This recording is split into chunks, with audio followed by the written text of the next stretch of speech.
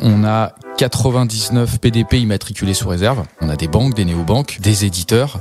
Ça va être un peu la bataille, on va dire, entre ces différents acteurs pour aller capter un maximum d'entreprises. Bienvenue dans l'Accounting Business Club, le podcast dédié aux experts comptables et à l'écosystème comptable au sens large. Je suis Alexis Lama, votre hôte, et également le fondateur de Booster Digital, l'agence digitale dédiée aux experts comptables. Tout de suite, je vous souhaite un excellent épisode et je vous dis à très vite.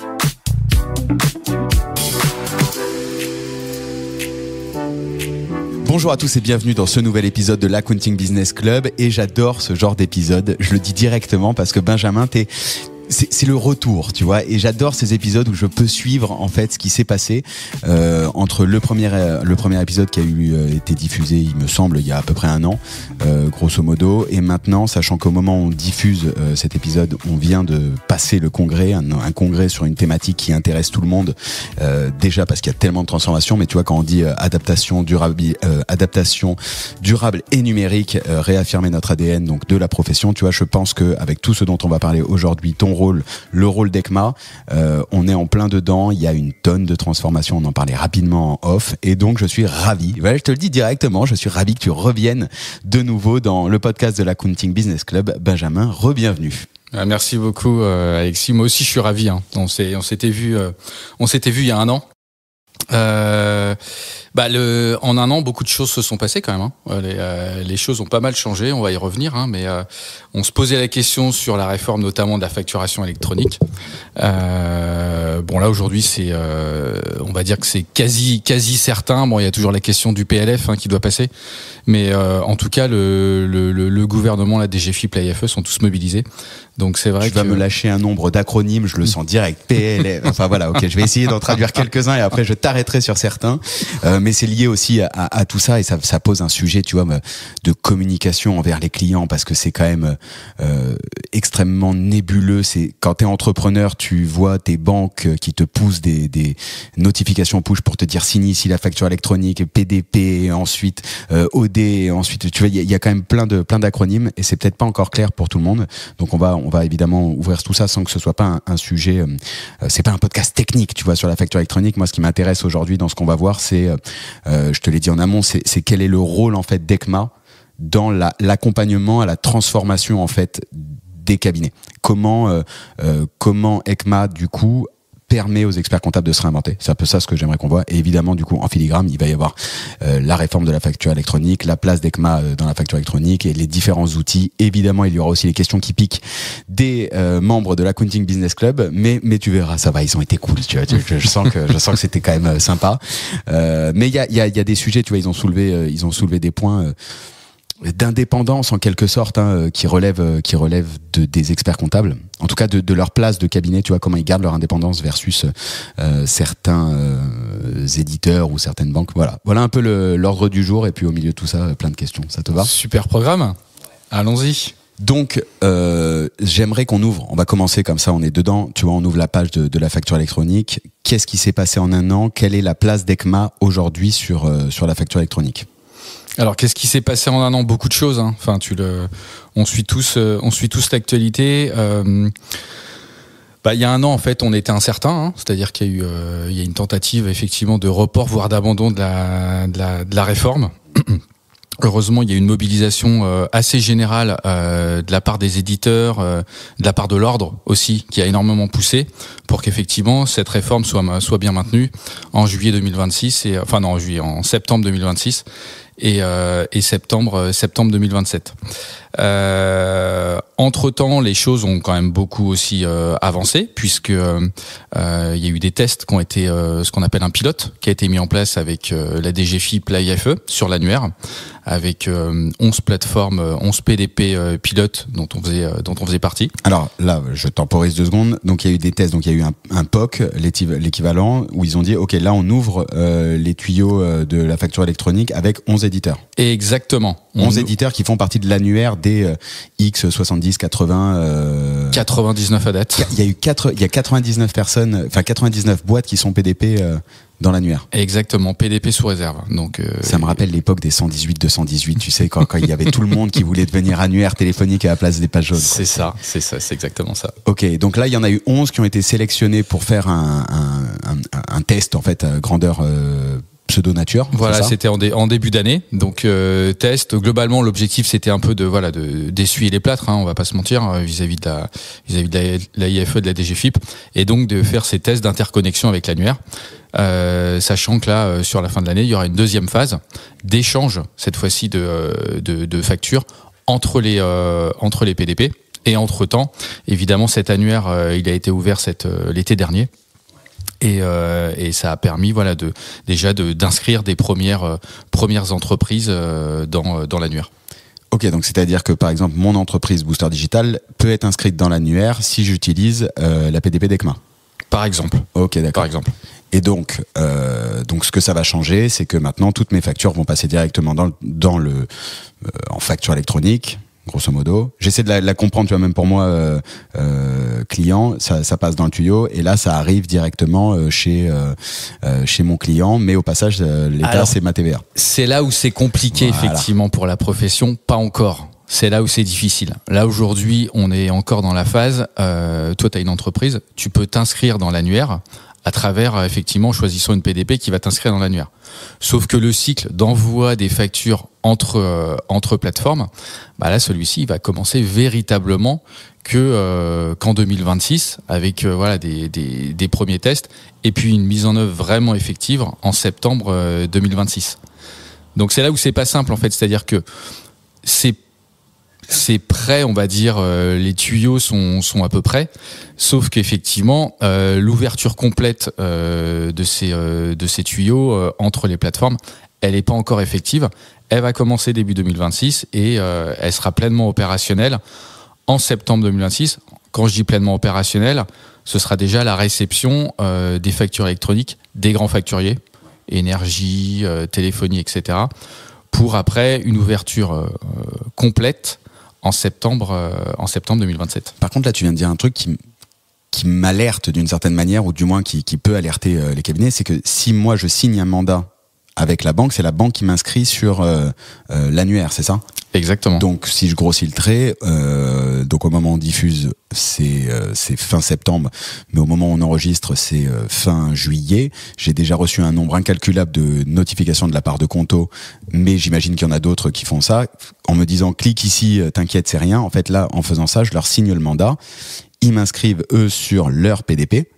Donc sur l'annuaire de leur PDP, c'est ça, et donc après, charge à mon expert comptable de venir se démerder sur ça. C'est ça.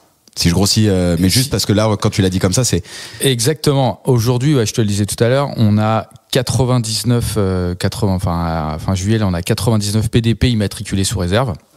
Et ça va sans doute continuer de grossir dans les prochains mois. Globalement, on est sur un marché où on a des banques, des néobanques, des éditeurs. Ça va être un peu c'est la bataille, on va dire, entre ces différents acteurs pour aller capter un maximum d'entreprises. Et aujourd'hui, ce qui se passe, effectivement, c'est que depuis déjà plusieurs mois, il y a des actions commerciales et marketing qui sont faites de la part de ces acteurs pour aller capter des entreprises et pour leur dire, venez chez moi, c'est génial, c'est gratuit, je vous apporte ça, etc.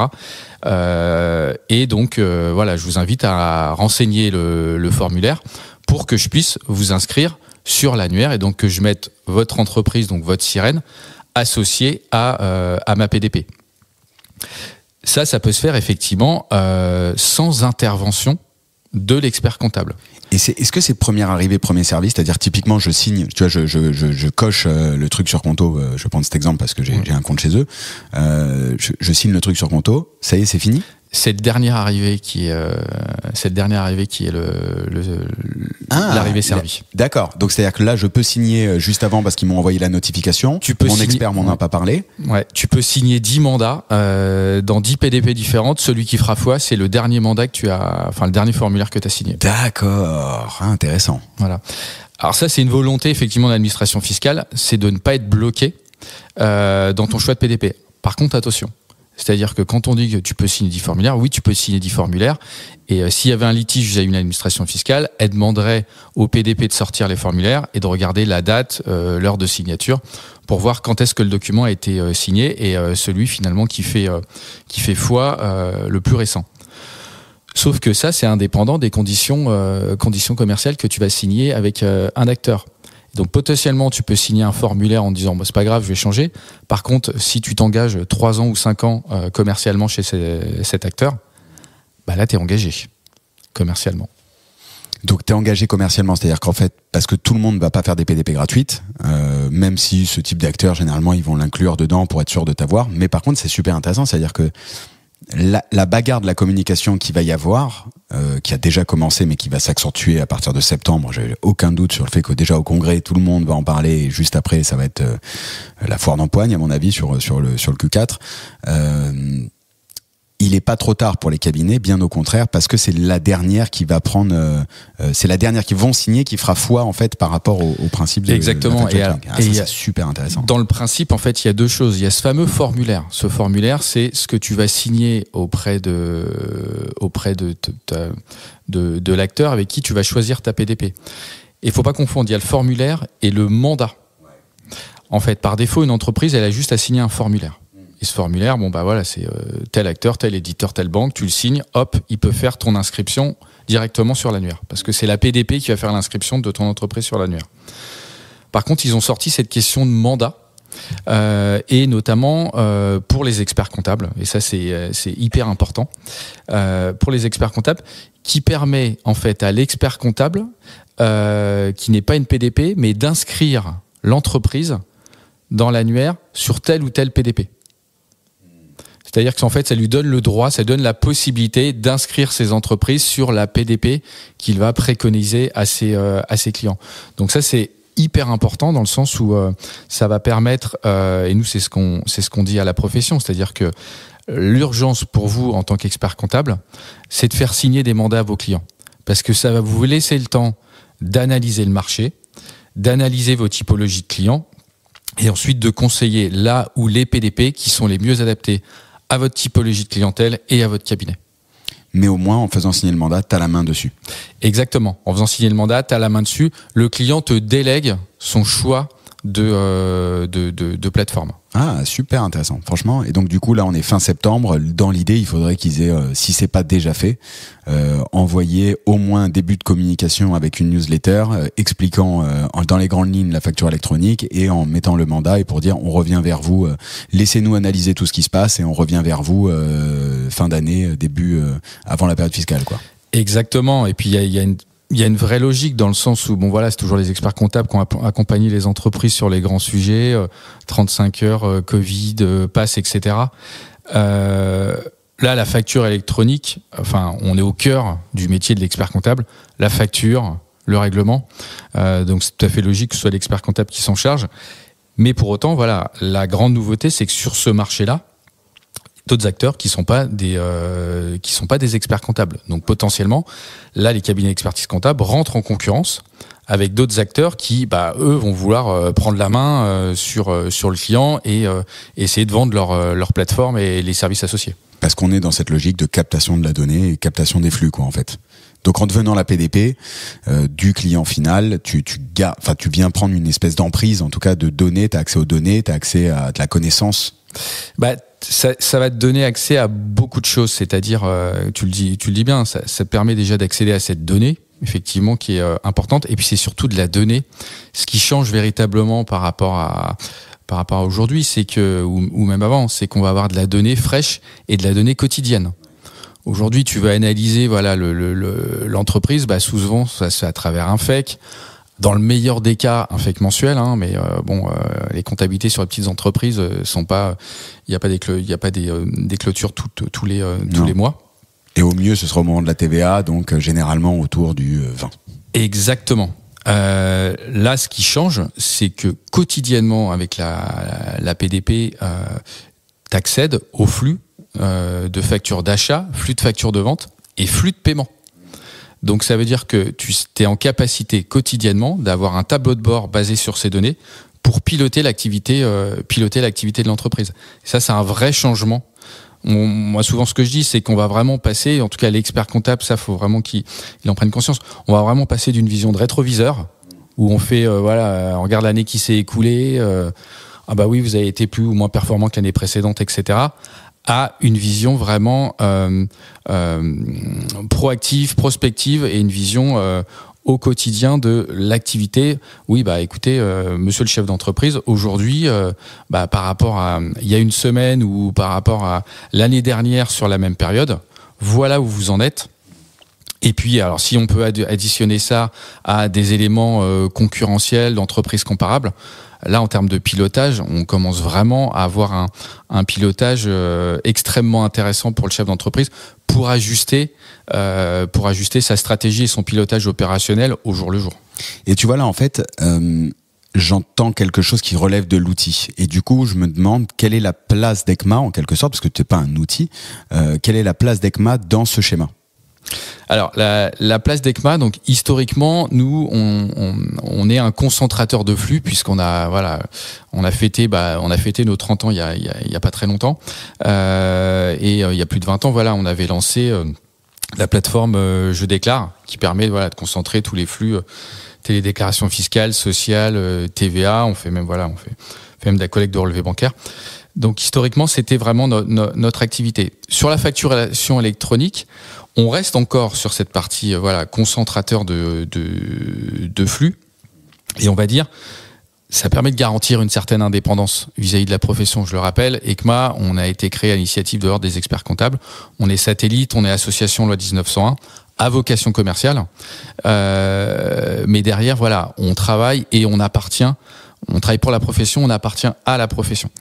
Donc c'est vrai que on essaie vraiment d'accompagner cette profession dans sa transformation.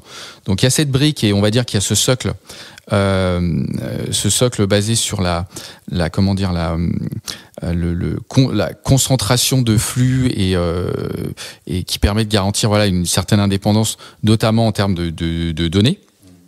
Et là, de plus en plus, par rapport à ce qui est en train de se passer, on travaille à la fois sur nos produits existants et sur des offres complémentaires pour apporter, finalement accompagner les experts comptables dans leur transformation. Globalement, ça va leur permettre effectivement de passer aujourd'hui, ils ont entre 60 et 80% de leur chiffre d'affaires basé sur de la production, des déclarations, du social, du fiscal, etc., à véritablement du service, voire du conseil auprès de leurs clients. Et nous, on veut vraiment que nos solutions soient un support pour que l'expert comptable derrière puisse proposer des missions à ses clients. Aujourd'hui, on a 3 plateformes, on va dire, qui permettent de faire ça. Évidemment, il y a Je Facture, et donc ça va s'accélérer avec la mise en place effective de cette réforme. On y reviendra, il y a énormément de services autour de la facturation électronique et du paiement. Mais il y a également aussi l'examen de conformité fiscale. Et puis il y a la data avec Je Datavise. Et la data, je le disais, là aussi il va y avoir un basculement. C'est-à-dire qu'aujourd'hui, on s'appuie sur des FEC. Alors après, on s'appuie aussi sur de l'open data pour faire des études de marché ou autre. Mais demain, avec cette donnée quotidienne de factures, de règlements, là, on aura ces tableaux de bord que l'expert comptable pourra soit mettre à disposition de ses clients en mode un peu light, soit qui permettra de conseiller le chef d'entreprise. Donc on va vraiment passer effectivement d'un raisonnement à l'honoraire de mission à du conseil sous forme de mission, d'abonnement, etc. Ça je l'ai, tu vois, mais je me dis, par exemple, Je Facture, ou alors parce que je connais pas bien le produit Je Facture. Je Facture, c'est quoi? Si moi je suis cabinet, j'utilise Je Facture, je le mets c'est un outil de facturation, c'est un outil qui passe les factures. Pour moi, Je Facture maintenant, c'est presque, tu vois, la PDP. J'avais compris que ça aurait pu être la PDP, donc le tuyau que tu vas mettre au milieu, mais qui permet au cabinet de rester indépendant des autres PDP pour choisir s'il veut se brancher ou débrancher. En gros, parce qu'il y a un vrai sujet, tu vois, quand j'en parle, il y a un vrai sujet d'indépendance par rapport aux éditeurs. Et un jour je suis chez X, demain je veux être chez, maintenant je dis X et Y, sinon après il faut que je me fais toute la liste, mais aujourd'hui je suis chez X, demain je veux passer chez Y, mais mon client il va prendre Z, et du coup en fait comment je fais? Et donc pour moi je facture, c'est du fait que ça soit ECMA et du fait que ce soit l'ordre, c'est ok. Moi je facture qui tourne en back, tu vois, derrière caché, et toi tu peux mettre devant X, Y et Z. Tu vois, mais en fait peut-être c'est pas ça et je le vois pas. Alors c'est ça en partie, on va dire. Bon, je facture, on est PDP comme les 98, 99 autres. PDP sous réserve, parce qu'il y a quand même un processus de certification qui doit se terminer. Donc je pense qu'effectivement là aujourd'hui il y en a une centaine. Dans 5 ans, il y en aura vraisemblablement plus 100, il y en aura sans doute vraisemblablement beaucoup moins. Mais donc on est PDP. Et après, souvent, on dit oui, bah ok, il y a les PDP et il y a les OD. En fait, tout est en train de s'imbriquer. C'est-à-dire que dans le cadre de cette facturation électronique, effectivement, il y a tous les processus de collecte de factures, donc qui changent, puisque maintenant on va aller une fois que la réforme sera pleinement opérationnelle, il y aura plus de cette problématique de collecte. Tout va être récupéré effectivement dans la PDP de l'entreprise. Et puis après il y a cette l'extraction des informations à l'administration fiscale, le suivi des statuts. Donc il y a toute une partie, on va dire, obligatoire qui est collecte de factures, les formats normés, la transmission de factures, l'extraction de ces données pour l'envoi à l'administration fiscale, invoicing et reporting. Ça c'est, on va dire, c'est le socle obligatoire et c'est le socle auquel doivent répondre les 100 PDP. Ok. Ça, c'est la partie tout le monde a la même ligne de départ. Voilà, tout le monde a la même ligne de départ et c'est un peu comme la carte SIM de ton téléphone. En fait, tout le monde a la même carte SIM parce qu'en fait, il y a un cahier des charges de la SGFiP et on doit tous faire la même chose. Donc, si je m'arrête juste là, après on reprend l'explication, mais moi je suis cabinet, j'utilise X en prod, X me propose sa PDP, mais je peux décider de signer. Enfin, du coup, mon client va envoyer sa facture via l'application X et moi j'ai signé sur la PDP d'ECMA, comme ça je suis tranquille, je suis indépendant d'une certaine manière, et en fait du coup le client qui prend qui partage sa photo dans l'éditeur X, ça passe dans la PDP ECMA. Alors oui, j'essaie de comprendre en fait pour comprendre comment ECMA se met au milieu de tout ça. On va prendre un exemple. Donc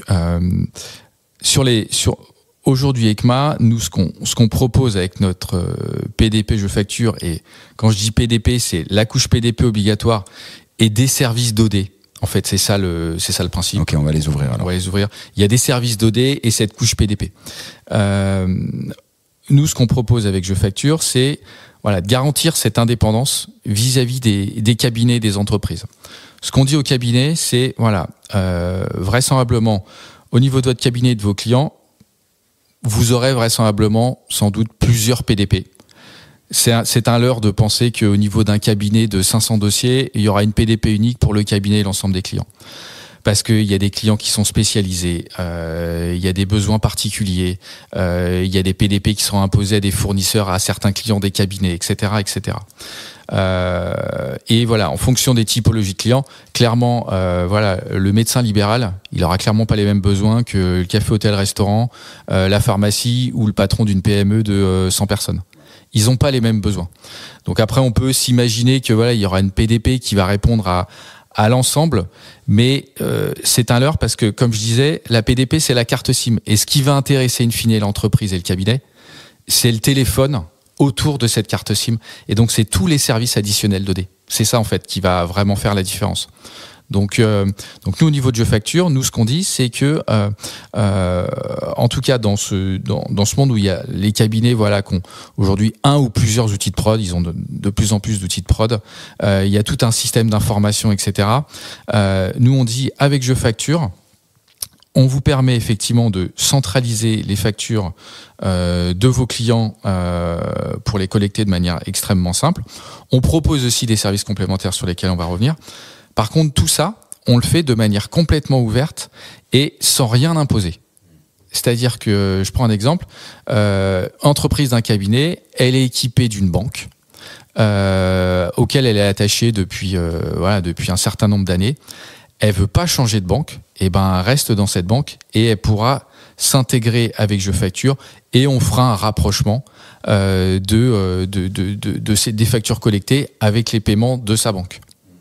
On propose, quand on l'a annoncé, on pourrait y revenir. On propose aussi une carte pro, option de paiement, etc. Oui, ça va faciliter l'expérience utilisateur, etc. Mais il y a certaines entreprises, elles vont pas vouloir en fait. Et nous, voilà, on est toujours parti du principe que l'expert comptable, son rôle, c'était de conseiller ses clients avec les meilleures solutions possibles, sans imposer. Donc ça veut dire que nous, on est exactement dans cette démarche, c'est-à-dire qu'on n'impose rien au cabinet qu'ils doivent imposer ensuite à ses clients.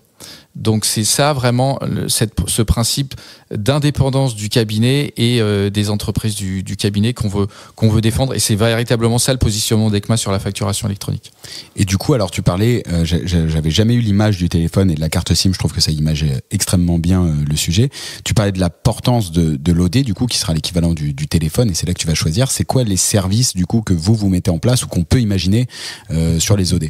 Alors nous sur la brique OD du coup. Ouais, il y a beaucoup de services, et je pense qu'on est on est vraiment qu'au début des services. Bon voilà, on pourra ensuite basculer un peu sur la partie IA, mais effectivement avec ces évolutions d'IA, d'agents, d'argentique, etc. Il y a énormément de services aujourd'hui qui n'ont pas été encore inventés.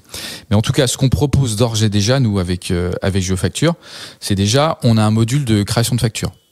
Voilà, création de facture de vie simple. C'est pas une gestion commerciale, mais c'est pour que les experts comptables puissent proposer à leurs petits clients qui sont encore en papier, Word et Excel, de passer directement et de créer directement leur facture depuis leur téléphone avec l'app JeFacture. Ok. C'est la brique OD du coup en fait. Ça, c'est le premier service. Ça c'est le premier service brique OD. Je comprends. Exactement. Le scellement des factures avec le cachet de l'ordre pour garantir l'intégrité de la facture, etc. Ça aussi, c'est un service de scellement, de cachet. Ça, c'est un service d'OD qu'on propose directement dans la plateforme. Ensuite, il y a aussi, et ça va durer en tout cas sur la période de transition 26-27, c'est la possibilité aussi d'aller capter de la facture qui n'est pas encore au format électronique. C'est-à-dire qu'on dit septembre 26, EDF, Engie, Free vont envoyer des factures automatiquement au format électronique dans la PDP de réception. Ok, très bien. Mais tous les autres fournisseurs des clients du cabinet, eux, ils n'ont pas l'obligation. Pour eux, ce sera en septembre 27. Donc là, il va falloir aussi pouvoir capter ces factures de manière beaucoup plus simple. Et là, on a des services, voilà, puisqu'on a lancé JeFacture, voilà, il y a maintenant 5 ans, on a des services qui permettent d'aller capter ces factures, soit aller faire de la récupération sur des sites, soit de faire du glisser-déposer, soit une adresse email par dossier qu'on donne à son fournisseur, qui permet de collecter directement la facture dans JeFacture. Ça va être valable pour la période de transition. Et potentiellement, ça peut être valable aussi post-septembre 2027 pour aller capter d'autres flux comme des notes de frais ou qui rentreraient pas forcément dans le cadre de la facturation électronique. Donc ça, c'est un autre service. Après, évidemment, on a aussi la partie paiement. La partie paiement, donc on le voit, tous les principaux éditeurs de la profession proposent ça, une carte pro, voilà, physique virtuelle, avec la possibilité, voilà, de payer directement avec cette carte. L'avantage, voilà, c'est vraiment de faire, à partir du moment où vous payez avec ce compte qui est adossé à la PDP, le match facture-paiement se fait immédiatement. Donc ça veut dire que la mise à jour ensuite du statut pour l'administration fiscale, en fait tout se fait en direct, direct live. Donc ça, c'est vrai que c'est hyper pratique. Je parlais également il y a également d'autres services, la relance et le recouvrement. Donc on va proposer donc pour le congrès. Donc ça aura été proposé. Donc ça aura été proposé au congrès. Un premier niveau de relance où l'expert comptable, ça c'est typiquement des services qu'il pourra proposer à ses clients. Il aura un tableau de bord avec l'ensemble des factures et là il pourra relancer première, troisième facture parce qu'elle arrive à échéance, parce qu'elle est échue, etc. Et ça, c'est des services typiquement de si le cabinet a fait signer un mandat de relance de recouvrement à son client, c'est des services qu'il pourra proposer et facturer à ses clients. Et ça pourra se faire via la plateforme Je Facture.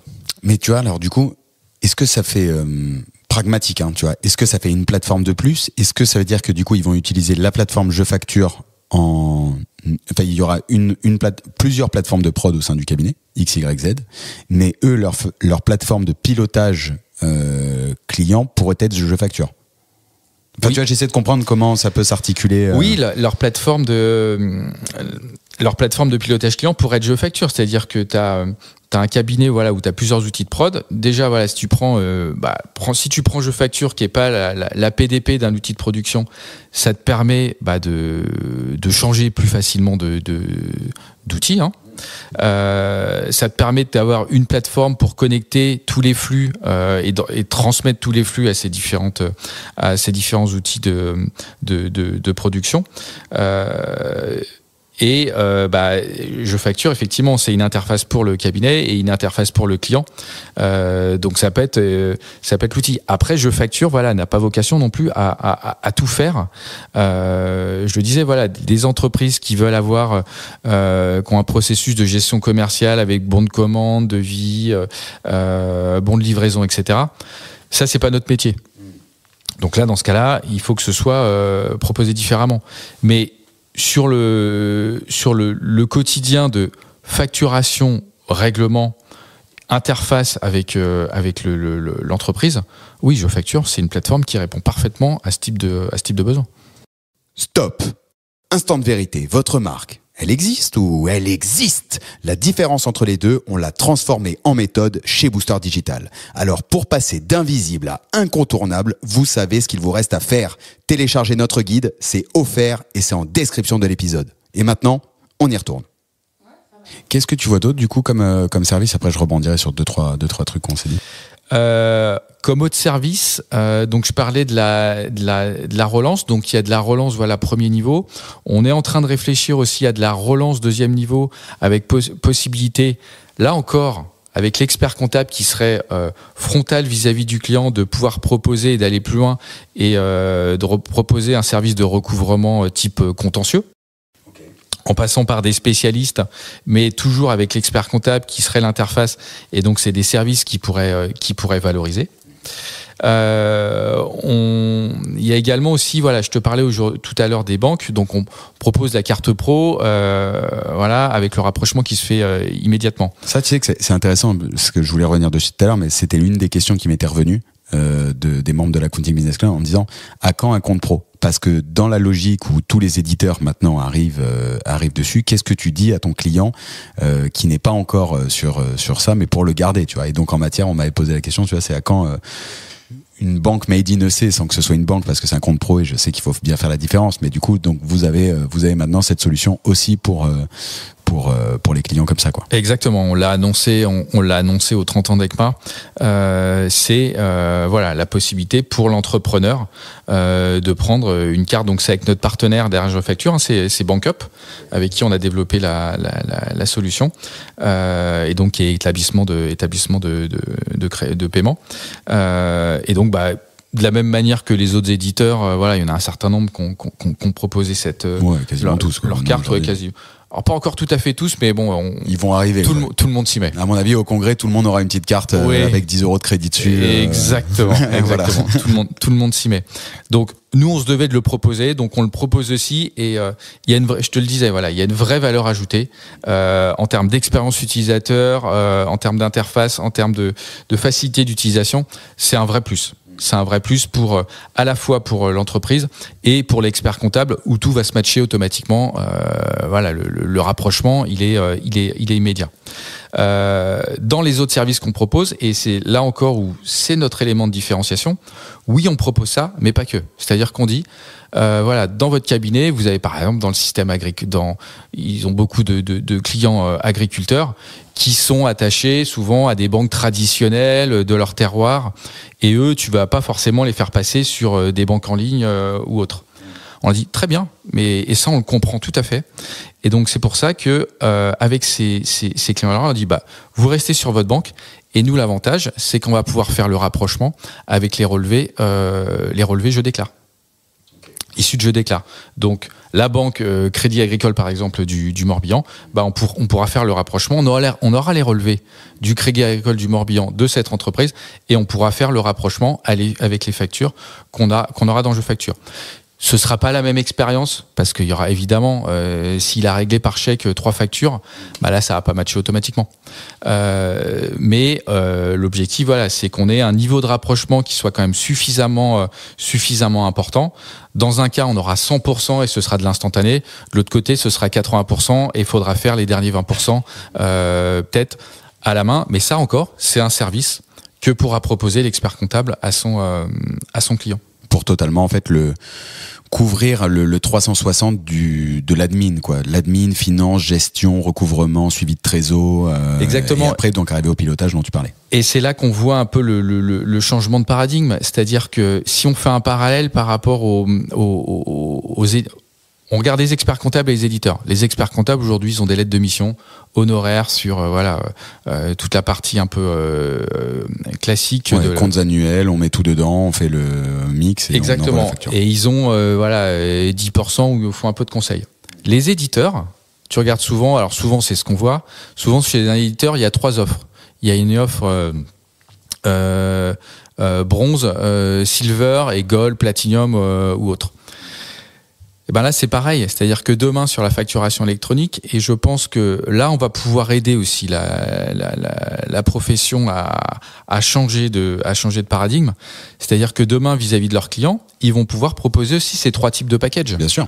Un premier niveau de package où globalement l'entreprise reste complètement autonome, ils récupèrent les flux, ils font ils travaillent sur l'essentiel, mais ce qui peut être hyper intéressant pour des sociétés qui sont bien structurées et qui ont besoin surtout d'une vérification et tout l'aspect administratif, fiscal, social, déclaratif de l'expert comptable. Un deuxième niveau où là c'est des services complémentaires, c'est-à-dire que là l'expert comptable dit au client qui est pas forcément hyper bien structuré, là moi je vous propose le package Silver avec je vous fais de la relance sur vos factures qui arrivent à échéance et puis on peut également prévoir un mandat de facturation. Et puis le troisième niveau, où là on est vraiment sur du full service. Donc c'est vraiment, on en parlait tout à l'heure, RAF ou DAF externalisé. Donc l'expert comptable, finalement, gère toute la partie comptable, fiscale, administrative de l'entreprise. Et puis le pilotage. Le pilotage avec le chef d'entreprise. Donc toutes les semaines, ils vont être sur le pilotage du tableau de bord avec les ventes, les achats, l'évolution, la comparaison par rapport au mois précédent, la comparaison par rapport à des entreprises comparables. Et là, finalement, on est vraiment sur une externalisation de la fonction globale, quoi. De la pilotage. fonction, effectivement, de pilotage. Et on est vraiment sur du pilotage d'entreprise, pilotage et gestion, et on n'est plus sur, effectivement, de l'expertise comptable, de la comptabilité. Je suis obligé, du coup, de me faire un instant promo, puisqu'on a une offre qui est vraiment dédiée à ça. Non, mais tu vois, justement, comment on transforme l'offre, ça colle avec toutes les transformations techno, mais tu vois, comment on transforme l'offre du cabinet, qui est une offre tradie, à une offre à 3 niveaux, parce que je crois énormément dans l'offre à 3 niveaux. Quand bien même, après, quand tu passes au niveau au-dessus de l'abonnement, là, on peut revenir sur une offre à 2 niveaux, mais c'est pas le sujet là. Et du coup, en fait, on a processé maintenant un accompagnement où on arrive à transformer le cabinet pour arriver sur ces offres à 3 niveaux, et qui ne sont pas génériques quand même. Tu vois, on arrive à avoir une granularité dans l'offre à 3 niveaux qui dépend de ta segmentation client, de qu'est-ce que tu veux faire. Et ce qui est passionnant, c'est que ces offres à 3 niveaux, et c'est pour ça que c'est cool qu'on en parle aussi, c'est qu'elles vivent avec le temps des évolutions technologiques. Tu vois, quand on a commencé il y a 4 ans, 5 ans à les mettre en place, 5 ans maintenant, il n'y avait pas ces sujets de relance. Tu vois, il n'y a pas ces sujets de suivi. Et en fait, toute l'évolution technologique qui est en train d'arriver nous permet de rajouter des briques, faire évoluer entre le silver, le bronze, l'argent, le platine parfois pour certains. Enfin voilà, c'est super intéressant. Ça change totalement les modèles économiques, quoi. Ça change totalement les modèles économiques. Et puis, alors, c'est là où voilà, il y a quand même énormément de travail de la part des cabinets pour réussir à faire ce switch. Donc, ce qui me passionne dans cette profession, c'est que bon, déjà les experts comptables ont cette capacité à se renouveler, et puis il y a tout un écosystème autour. L'ensemble des éditeurs, le Counting Business Club, etc., qui accompagnent finalement, les experts comptables dans cette transition. Donc, je dirais que dans cette profession, l'avantage aussi, c'est qu'ils sont pas seuls, et il y a des vrais experts. Moi, j'ai un background marketing. Tous ces sujets-là, en fait, ça me passionne.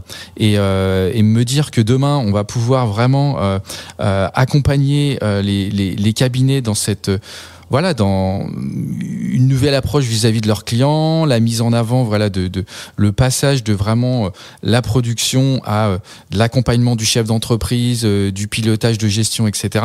Sincèrement, moi ça me passionne, et j'ai vraiment envie, de vivre ces prochaines années où, ça va vraiment transformer. Après, le risque, c'est qu'il y en ait certains, qui n'arrivent pas à passer la marche. Ouais. Ça, c'est Là, tu parles de, en fait, t'as certains cabinets qui, compte tenu de tout ce qui va changer, ne voudront pas. Et en même temps, tu vois, ça colle avec tout ce qu'on est en train de voir. Donc là, on ressort du congrès. Alors, on a vu plein de choses, etc. Mais t'as une véritable financiarisation des cabinets. Donc des éditeurs, ça a toujours été le cas. Tout le monde se regarde, se rachète, se financiarise, se lève des fonds, réinvestit, etc. Et puis maintenant, t'as cette nouveauté quand même qui arrive plus fortement sur les cabinets, avec, tu vois, j'ai eu Groupe Archipel dans le podcast, j'ai eu Numéris qui construit aussi un groupe actuellement de cabinets dont l'épisode a été diffusé juste avant. Il y en a d'autres, il y a Souma qui est aussi là. Enfin, tu vois, ça transforme en quelque sorte la profession. Et donc EGMA, je reviens sur ça, mais donc EGMA, tu restes en fait le partenaire de l'indépendance, en gros, digital des cabinets, avec un outil interconnecté dans tout ça. Je remonte parce que j'ai les questions, tu vois, qui me reviennent, et en même temps, ce qui est drôle, c'est que tu m'as déjà répondu à pas mal de questions naturellement, mais tu vois, qui étaient ça. Donc, tu avais la banque, est-ce que tu as des nouvelles solutions de gestion, et donc tu as répondu sur le fait que tu as toutes ces panels de services possibles en plus. Mais du coup, ça m'amène sur, parce que je te dis, t'es l'indépendance, mais ton job, c'est aussi de venir t'interconnecter avec tous les XYZ dont je parlais tout à l'heure. Est-ce que tu es un concurrent d'XYZ ? Est-ce que tu es un partenaire d'XYZ ? Comment tu arrives à gérer tout ça ? XYZ, pour rappel, ce sont des éditeurs divers et variés qui sont également PDP. C'est pour ça que je te demande, est-ce que tu es concurrent ? Qui aussi ont tout intérêt à proposer un tas de services d'OD autour. Comment ça marche ? On a toujours, je te disais, EGMA, on existe depuis 30 ans, et en tout cas le succès du modèle je déclare a véritablement reposé aussi sur toutes les interconnexions et les partenaires. Aujourd'hui, il y a plus de 200 partenaires sur je déclare, que ce soit c'est toutes les banques et tous les éditeurs de la profession. Et ça, moi, j'y crois vraiment. C'est l'ouverture de nos solutions, et le fait que, nous, notre solution, elle s'intègre dans un système d'information global du cabinet. Et donc, l'objectif, c'est que ce soit complètement interconnecté, complètement ouvert. Donc ça, c'est effectivement notre stratégie qui ne changera pas. C'est l'ouverture et l'interconnexion avec les différents partenaires. Sur Je déclare, c'était il y a plus de 20 ans, c'était pas du tout le marché de la facturation électronique. Il y avait il y a 20 ans, il y avait un bloc-notes papier. Et il y avait un ou deux acteurs sur ce marché-là. Là aujourd'hui, si on reprend l'exemple de la facturation électronique, il y a 100 acteurs. Bon, alors les banques, on va dire que elles viennent sur ce marché, mais c'est pas des acteurs directement concurrentiels. Quoique, parce que sur Je déclare, je vois bien qu'on est partenaire au niveau des banques. Pour être tout à fait transparent, l'exercice est pas simple. C'est-à-dire que nous, on a l'ambition d'être interconnectés, et on l'est aujourd'hui. On est interconnecté avec la plupart des outils de production, je parlais tout à l'heure de la relation aussi avec les banques qu'on a sur Je déclare. Cette relation-là, on aimerait aussi la mettre en place au niveau de Je facture. on souhaite pas en fait nous notre objectif c'est pas d'être en concurrence avec les banques. Je pense que pour une entreprise, son expert comptable et sa banque sont deux interlocuteurs extrêmement importants. Et si l'un bouffe l'autre, ce sera pas forcément à l'avantage de l'entreprise. Après, moi, ça c'est mon point de vue. Hein, ouais. Mais c'est deux métiers qui restent différents, quoi. C'est pas. Ça reste deux métiers quand même qui restent différents. Donc nous, on a plutôt notre position, en tout cas par rapport à ça, c'est plutôt que voilà, chacun puisse s'y retrouver et apporter ses services et de la valeur à aux clients communs. Mais au niveau par rapport à ta question, nous on a une position un peu d'équilibriste, c'est-à-dire que sur la facturation électronique, on est partenaire avec les outils de production par exemple de la profession. On est aussi concurrent parce qu'ils proposent leur PDP. Mais oui, c'est ça. Et toi, ton but à la finale, la course, c'est que tu sois le dernier mandat. Alors. Tu peux pas me dire non. Tu peux pas me faire une réponse politique, je vais venir te chercher. Tu peux pas me dire non. Non, mais c'est vrai, le but à la finale, c'est que si tu veux pouvoir proposer tous les services d'OD, tu sois le dernier mandat, quoi. Oui, on est d'accord. Si le cabinet, il hésite entre la PDP de son outil de production et la nôtre, forcément l'outil de production va lui donner tous les avantages de prendre sa solution et nous on va lui donner tous les avantages de prendre notre solution. Ça c'est évident.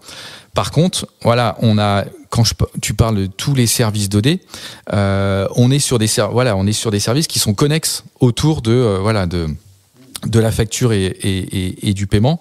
La partie production, etc.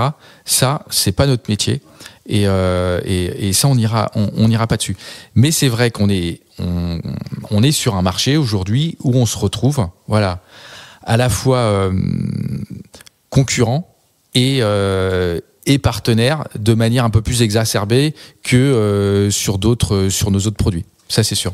Et tu vois, je reviens sur la financiarisation globale, en fait. Comment tu fais? C'est une vraie question, tu vois. Comment tu fais pour faire face aux boîtes en face de toi qui lèvent des centaines de millions, qui sont valorisées des centaines de millions ou des milliards, parce que vous êtes dans la même course? Sur cette partie facturation électronique, oui. Alors, les boîtes qui ont d'énormes capacités, que ce soit de manière historique ou à travers, sur ces dernières années, à travers des levées de fonds, elles proposent effectivement cette partie PDP, mais globalement, c'est une PDP dans une suite globale. Souvent, il y a l'outil de production, il y a la partie paiement, il y a la partie gestion commerciale, etc. Enfin, c'est pas que la brique PDP. Il n'y a pas de boîte aujourd'hui, et ce serait pour le coup une hérésie. Il n'y a pas de boîte aujourd'hui qui a fait des levées de fonds de dizaines ou de centaines de millions juste pour créer une PDP. Hein. Ouais, parce que le modèle, il serait mort dans l'œuf. Donc, on peut être en concurrence sur la partie PDP, mais là je dirais que c'est moi ce que je dis toujours au cabinet, je leur dis évidemment je préfère que vous veniez chez nous sur la partie PDP. Par contre, ce que je leur dis de plus en plus, c'est que potentiellement peut-être que vous allez être amené à prendre notre PDP, mais d'autres PDP également. Donc vous pouvez prendre peut-être la PDP de votre outil de production principal, la PDP je facture pour une autre partie de votre portefeuille. Et c'est ça qui a aussi beaucoup changé par rapport à, si on se remet un an en arrière. 1 an ou 2 ans en arrière, on se disait le cabinet, il va prendre l'objectif, c'est qu'il prenne une PDP pour l'ensemble de son portefeuille. Aujourd'hui, on est un peu revenu là-dessus. Et donc, je dirais qu'il y a quand même de la place pour tous. Et nous, avec les arguments qu'on a et la valeur ajoutée, c'est de dire au cabinet, prenez la meilleure décision pour vous et vos clients. Voilà les avantages que nous on propose. Faites votre benchmark et après vous prendrez la meilleure solution. On espère que ce soit la nôtre. Après, si c'est pas la nôtre, c'est qu'en fait il y avait d'autres solutions qui correspondaient mieux à vos besoins. Et selon toi, qui, tu vois, selon toi, ou ce que tu vois dans les cabinets, mais parce que ça demande un travail de veille constante. Alors, tu vois, il y a la veille réglementaire, il y a la veille IA avec tout ce qui change. Maintenant, tu rajoutes ça. Qui, selon toi, doit s'occuper de garder un œil sur ça au cabinet? Quel PDP? Comment tu gères? Qui? Pourquoi? Si t'en as plusieurs, comment ça fonctionne? Qu'est-ce que tu fais? Est-ce que c'est l'associé? Est-ce que c'est désormais le poste de référent digital qui doit être là? Ça rentre dans un périmètre? Tu vois, en réflexion, qu'est-ce qu'on peut dire aux cabinets qui doivent se bouger là, parce que c'est pas fin septembre, on sort du congrès, c'est encore frais, faut actionner maintenant si c'est pas déjà le cas. Nous, ce qu'on conseille, c'est que on sort du congrès, donc déjà, voilà, l'avantage du congrès globalement, c'est que c'est le marché pour les professionnels du chiffre. Donc j'espère qu'à l'issue déjà, voilà, de ce congrès, la plupart des cabinets ont fait leur benchmark ou un premier niveau de benchmark pour visualiser l'ensemble des solutions qui pourraient leur correspondre. Je parlais tout à l'heure de 99 sans PDP. Après, si on restreint au marché de la profession des experts comptables, on est sur 20-25. On n'est plus sur 100 déjà.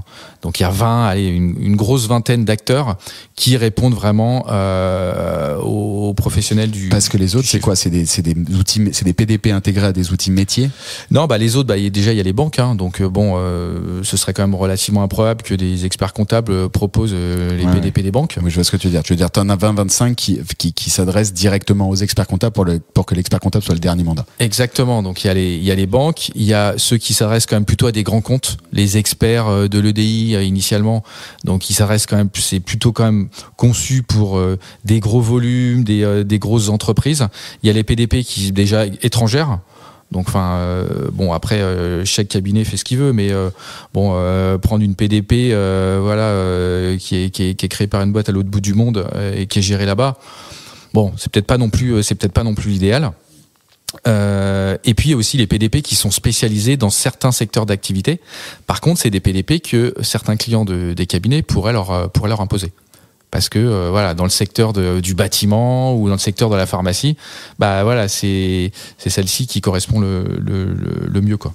En parlant de la pharmacie, je pense que j'ai une question de l'ABC. Alors je reviens juste une fois sur la question technique, puis après on va ouvrir une rapide page IA qui était comment tu fais pour automatiser la remontée des ventes pour le e-invoicing et la remontée des statuts de paiement si t'es pas branché directement avec l'outil de prod. Elle était pas facile celle-là. Tu peux me la refaire? Ouais, parce que même moi quand j'étais, en fait c'est que même moi celle-là elle est complexe. Comment t'automatises la remontée des ventes pour le e-invoicing et la remontée des statuts de paiement si t'es pas branché direct avec l'outil de prod? Mais en théorie t'es censé être branché direct avec l'outil de prod. Alors la remontée, je suis pas sûr d'avoir bien saisi la question, mais le e-invoicing, c'est l'envoi des factures de plateforme à plateforme.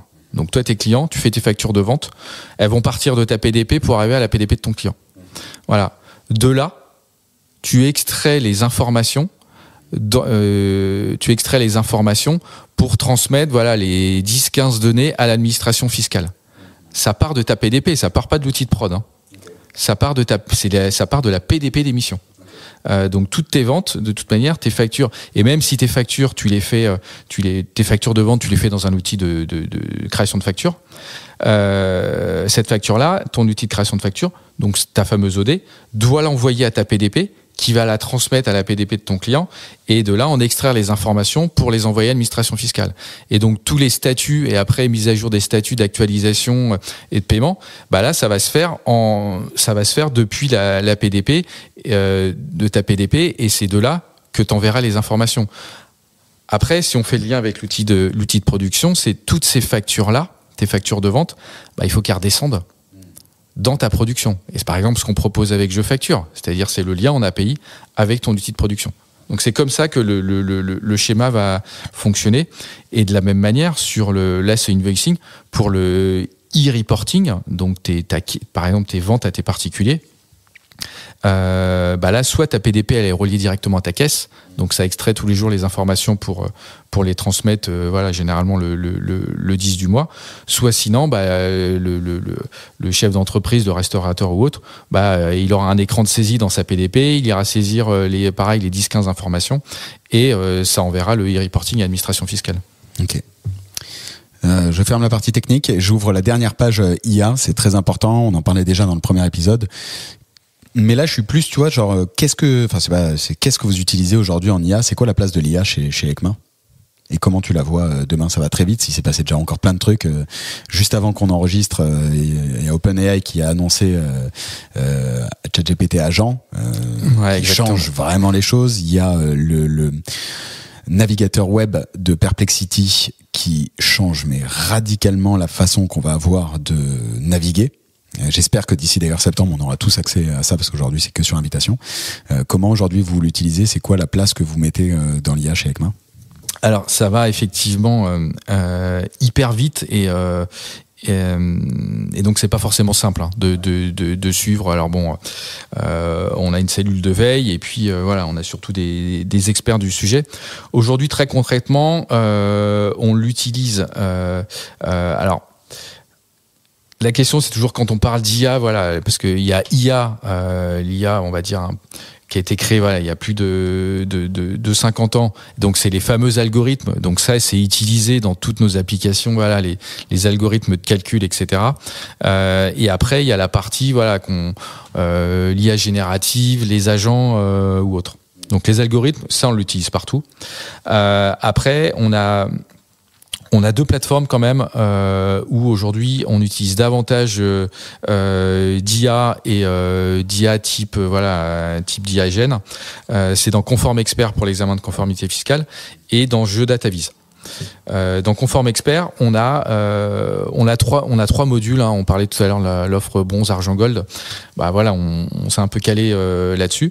On a trois niveaux d'offres de service avec une partie qui est enrichie à de l'IA et qui va permettre par exemple de détecter des doubles paiements de TVA ou autres avec des commentaires aussi qui sont mis à jour automatiquement. Donc ça, on l'exploite très concrètement et donc ça facilite le travail de l'expert comptable. Et je le rappelle encore, voilà, l'IA-gène, faut vraiment bien l'utiliser. C'est un assistant. C'est pas là pour remplacer et faire votre job. Et souvent, moi, ce que je dis d'ailleurs à mes équipes, c'est voilà, posez-vous la question, si demain votre job tout peut être fait par ChatGPT, enfin sincèrement, à quoi vous servez, quoi. Ouais. Donc, ça doit augmenter en fait. Ça doit 100% augmenter. Humain, 200% augmenté, quoi. Voilà, ça doit augmenter, mais c'est pas infaillible. Et puis surtout, voilà, ça vous enrichit, exactement ça. Mais ça enrichit un socle que vous avez déjà, et ce socle aussi critique que n'a pas forcément l'IA. Donc ça, c'est dans Conform Expert. Et dans GeoDataVis, on a également aussi toute une partie IA sur notre module études de marché, valorisation de titres.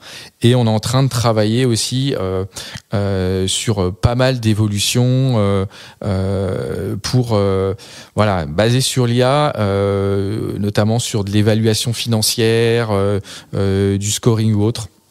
Donc on travaille, voilà, on intègre, mais voilà, c'est ce qui est pas simple, c'est que voilà, on intègre des nouveautés et puis voilà, tous les 3 mois ou tous les 6 mois, on s'aperçoit qu'il y a encore les Américains nous sortent encore des choses qui sont extraordinaires. Donc bon, c'est pas évident de suivre la cadence, mais bon, on apporte et pour nous, voilà, c'est essentiel effectivement que ça facilite finalement le travail, que ça permette de gagner en productivité. C'est ça pour nous, en tout cas aujourd'hui, l'objectif de l'intégration de l'IA dans nos solutions.